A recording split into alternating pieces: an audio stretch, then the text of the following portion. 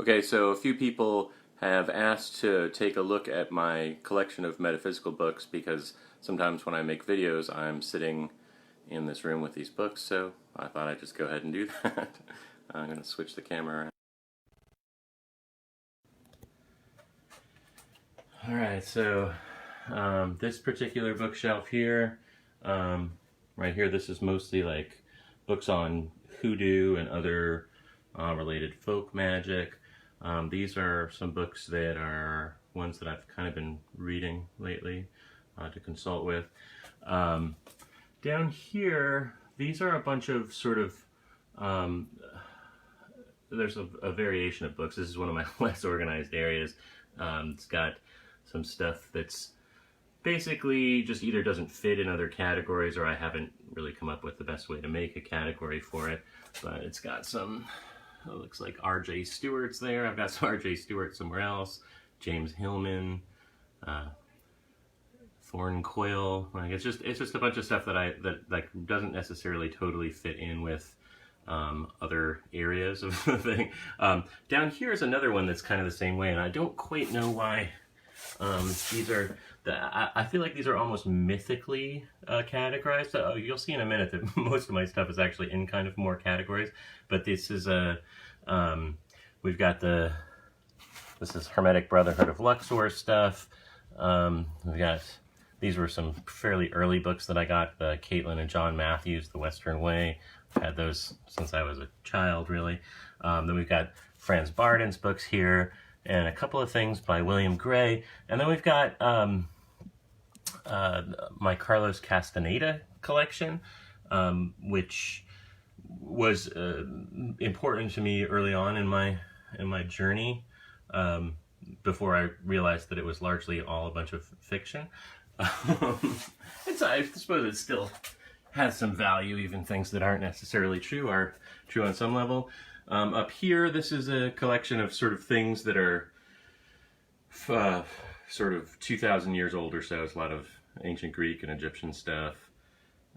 Then down here, there's a couple more older things, and then we've got a lot of Enochian stuff. I've got some John Dee biographies. We've got some more sort of scholarly examinations of stuff, and then some practical stuff like Lon Duquette's book and Donald Tyson's book over here. Then down here, this is all just books that are sort of big. Then they didn't fit on some other shelves. Do I still have it here? Yeah, this is one that I really like. How to Draw Comics the Marvel Way. Yeah, I've had that since I was a kid too. Down here is largely stuff that is more psychological in nature. There's a bunch of NLP books, books on, you know, sort of personal development and so forth, and hypnosis and those sorts of things. Over here, I call this my practical section, but really it's more just a bunch of books about conjuring demons and stuff. Some of these I've had for decades, like the Maggots here, you can see has seen better days. So that's this stuff here. And then over here, these are some sort of modern things, mostly. Some of it's historical, some of it is practical. Down here is mostly Kabbalistic stuff. And over here in this corner, way far hidden in the corner, that's some of my books that I've written. Largely it's like proof copies that aren't like really ready to be published. This is another area that's not as well organized as modern writers, mostly. These are more large books that wouldn't fit elsewhere. I just discovered this book the other day. I had a house guest for a few months, and he sort of left some books here as like hidden presents. But this is a book. It's called The Book of the Words, and let's see if I can find a strong page of it. It's got these other odd symbols and stuff in it.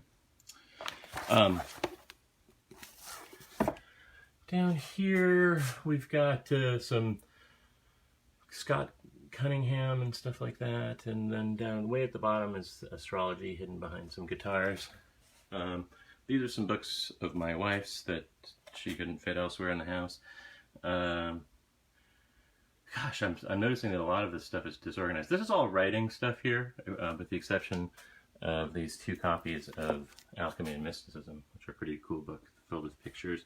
I guess down here there's some alchemy, but then it gets disorganized again. And then that shelf down there is also rather disorganized. So I've got we're up to 4 or 5 shelves that are pretty disorganized. This is organized. This is all Aleister Crowley stuff up here.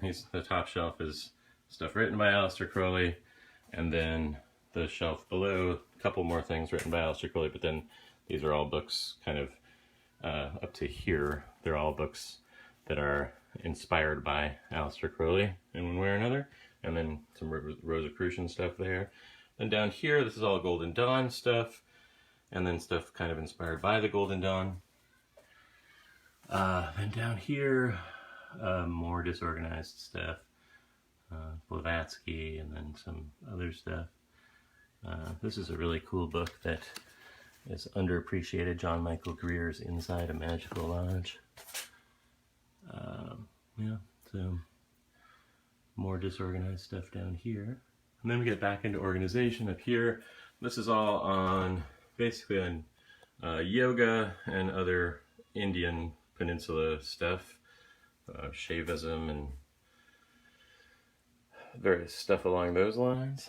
And down here, these are all books kind of on either doing readings on people or mental magic tricks and stuff like that. This is another shelf that kind of has similar stuff in it, although it has a lot more like psychic stuff in it. And down there is a bunch of stuff. When the internet first came around, I discovered there was a bunch of stuff, so I printed out hundreds of pages of stuff from the internet that I now kind of house there. I didn't realize the internet would be something that would stay forever. And in fact, a lot of that stuff has been taken down at this point. There's a lot of information that was just sort of freely up there. This is all in this little bit of sort of non-conventional yoga stuff. Then this is all meditation, mostly Buddhist meditation, and then we get into Tibetan Buddhism here. And Tibetan Buddhism goes from about, I guess, here through this next shelf down here, all the way up to here. And then we get into a bunch of Taoist stuff. This is a book that I found in in Chinatown in Boston. What the heck is going on here? Back in the early 1980s. I just thought it was a cool book.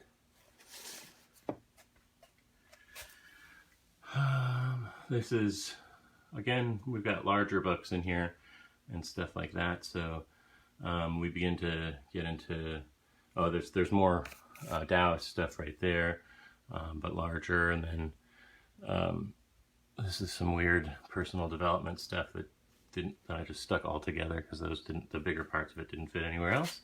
This is all pretty much stuff about sex, although I've noticed there's a few other things that have creeped in there. This is all stuff about psychic development and astral projection and those sorts of things, although James Randi's book Flim Flam is right there amongst them all. So that's pretty much, oh, up here's some copies of my books.